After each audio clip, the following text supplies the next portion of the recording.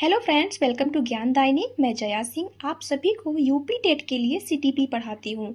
तो friends, first class में हम लोगों ने देखा था मनोविज्ञान का इतिहास, और आज के क्लास में हम देखेंगे मनोविज्ञान की परिभाषाएं एवं कुछ प्रश्न। ठीक है, तो चलिए सेशन को स्टार्ट करते हैं। हमारे पहले मनोवैज्ञानिक हैं वाटसन। ये क्या कहते हैं मनोविज्ञान के बारे में? देखिए, ये कहते हैं मनोविज्ञान व्यवहार का धनात्मक या विशुद्ध विज्ञान है। ठीक है, उसके बाद हमारे नेक्स्ट आते हैं मैकडूगल। ये क्या कहते हैं? तो ये कहते हैं मनोविज्ञान व्यवहार एवं आचरण का यथार्थ विज्ञान है।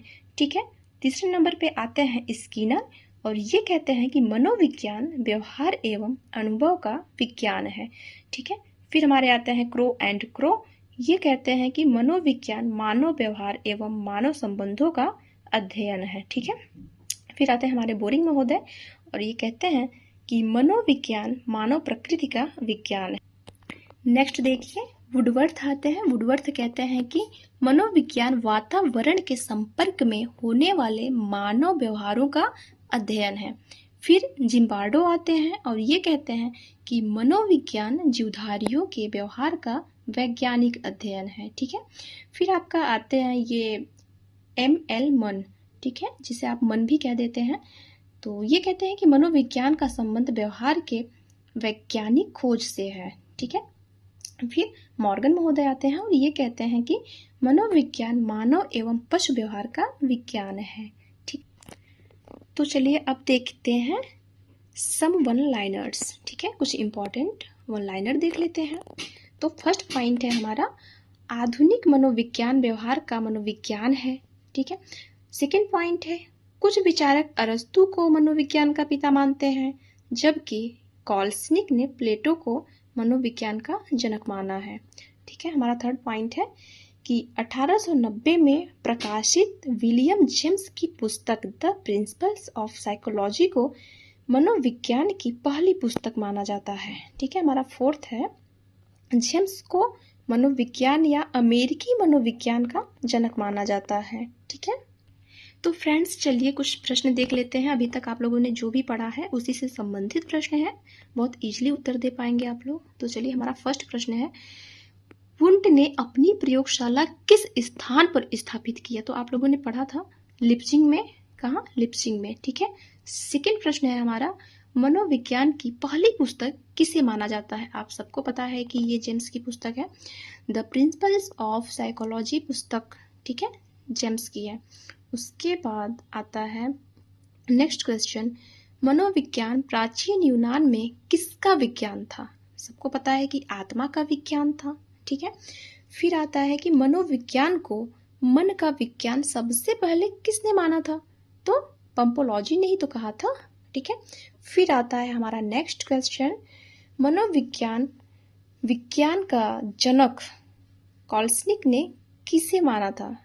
आप सबको पता है कि कॉल्सनिक ने मनोविज्ञान का जनक प्लेटो को माना था। ठीक है, अमेरिकी मनोविज्ञान के जनक कौन है? भाई जेम्स हैं, अभी अभी हमने पढ़ा, विलियम जेम्स हैं। ठीक है, वुंट ने मनोविज्ञान को किसका विज्ञान कहा? तो चेतना का विज्ञान। ठीक है, हमारा नेक्स्ट क्वेश्चन है कि साइकोलॉजी शब्द किन दो शब्दों से बना है? तो आप सबको पता है कि साइकोलॉजी दो शब्दों से बना है, वो है साइकी एवं लोगोस। तो साइकी का अर्थ क्या हमने बताया था? आत्मा।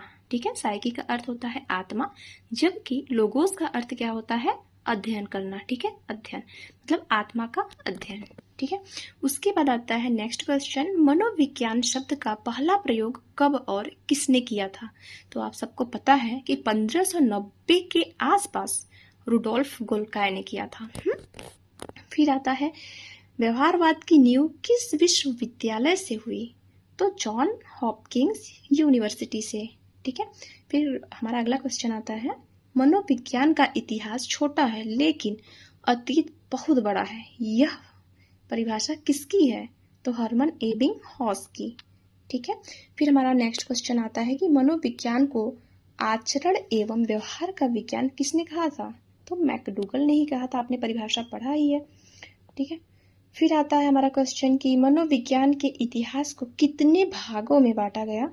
तो 4 भागों में बांटा गया है। हमने पूरा डिटेल्स भी लिख दिया है कि आखिर वो 4 भाग हैं कौन, जबकि आप लोगों ने पहले से इसे पढ़ रखा है। तो देख लीजिए, आत्मा का विज्ञान, फिर हमारा सेकेंड था मन का विज्ञान, चेतना का विज्ञान, और लास्ट में क्या था, व्यवहार का विज्ञान। ठीक है, तो फ्रेंड्स फर्स्ट चैप्टर आप सबका खत्म हो गया है। अब आप लोग नेक्स्ट चैप्टर में चलेंगे। ठीक है, तो फ्रेंड्स ये टॉपिक यही समाप्त होता है और कल हम नया टॉपिक पढ़ेंगे। ठीक है, तो कल मिलते हैं नए टॉपिक के साथ। तब तक के लिए बाय, टेक केयर।